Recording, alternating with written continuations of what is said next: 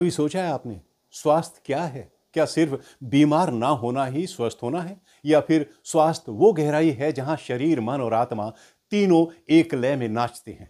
2500 साल पहले भारत की मिट्टी में जन्मे एक महान वैद्य ने इस प्रश्न का उत्तर दिया था। उनका नाम था आचार्य चरक। चरक संहिता के पहले अध्याय में वे कहते हैं, धर्मार्थ काम मोक्षाणाम आरोग्यम मूलमुत्तमम, अर्थात धर्म अर्थ काम मोक्ष जीवन के 4 उद्देश्य हैं। इनका मूल है आरोग्य यानी स्वास्थ्य।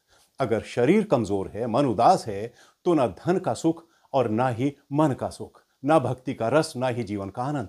इसलिए स्वास्थ्य कोई विलास लग्जरी नहीं, ये जीवन का आधार है। चरक कहते हैं, जब हमारे 3 दोष वात पित्त कफ संतुलित हो, पाचन शक्ति ठीक चले, धातुएं सही काम करें और मन शांत हो, तभी इंसान स्वस्थ कहलाता है। स्वास्थ्य कोई दवा से नहीं आता, वो आता है संतुलन से, भीतर और बाहर दोनों में। आचार्य चरक ने कहा, दिनचर्या पालन से ही आयु और ओज बढ़ता है। सुबह का ब्रह्म मुहूर्त, शांत वातावरण, सूरज की पहली किरणें, यही समय है जब प्रकृति जागती है और हमें भी जागना चाहिए।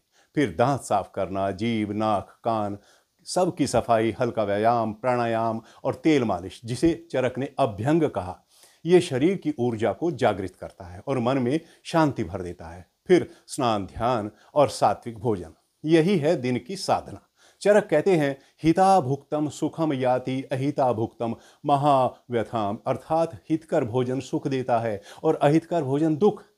भोजन सिर्फ पेट भरने के लिए नहीं, ये आत्मा का पोषण है। इसलिए भोजन ना बहुत ज्यादा ना बहुत कम, ना गुस्से में खाओ ना उदासी में। भोजन ऋतु और देश के अनुसार हो, वही सबसे अच्छा है, अमृत है। चरक कहते हैं, मन एवं मनुष्याणाम कारण बंधो मोक्षयो, अर्थात बंधन का कारण ही मन है। अगर मन शांत है तो शरीर का हर तंत्र सहज रूप से काम करता है। इसलिए उन्होंने ध्यान, संयम, सत्य, क्षमा और दया को मन का भोजन बताया।